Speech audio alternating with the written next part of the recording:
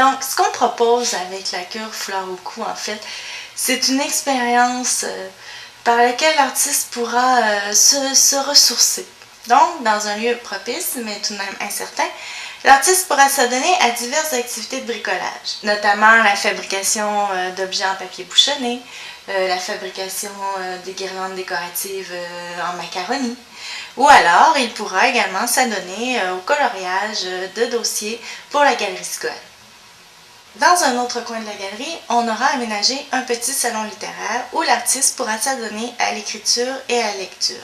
L'artiste n'aura pas à s'inquiéter d'un manque subi d'inspiration, car nous avons pensé installer sous les meubles, sous la causeuse, sous le fauteuil, des gens, des stagiaires, qui seront là en permanence pour souffler les mots qu'il faut à l'artiste afin que celui-ci puisse continuer une écriture plus fluide. L'artiste pourra également en profiter pour y écrire à ses amis et à ses parents qu'il néglige depuis longtemps. Dans un autre coin de la galerie, on aura aménagé une chambre éolienne. Avant de pénétrer dans un champ de blé artificiel, l'artiste pourra se dévêtir afin de jouir de l'effet du vent sur sa peau nue. Il pourra également faire voler des cerfs-volants qu'il aura confectionnés juste à côté dans l'atelier de bricolage. Alors voilà pour la chambre éolienne. Il y aura également une chambre noire. Il ne s'agit pas d'une chambre pour le développement de la photo, non. Il s'agit plutôt d'une chambre où il fera noir en permanence et dans laquelle on pourra observer les différentes phases de la lune. On pourra également y jouer au Light Bright, non pas avec des petites pinouches en plastique, mais plutôt avec toute une équipe de lucioles savantes qu'on pourra disposer à sa guise dans l'espace. Et nos jeux lumineux seront accompagnés d'un concerto pour grillons.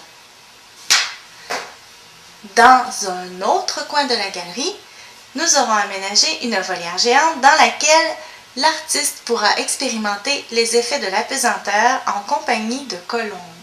Cette volière n'a pas seulement été conçue pour le plaisir d'y voler. En fait, l'élevage de colombes nous permettra d'assurer un stock constant de plumes pour le salon littéraire, car vous savez, on y trempera souvent sa plume dans l'encrier.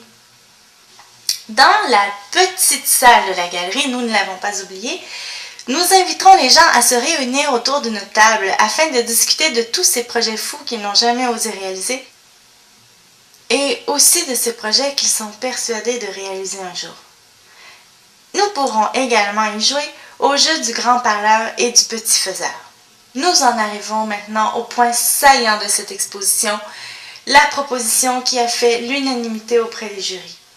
Il s'agit d'un bébé chèvre, un véritable bébé chevreau auquel l'artiste pourra donner le biberon et ainsi expérimenter des notions de parentalité. Plusieurs activités spéciales seront au calendrier de cette exposition.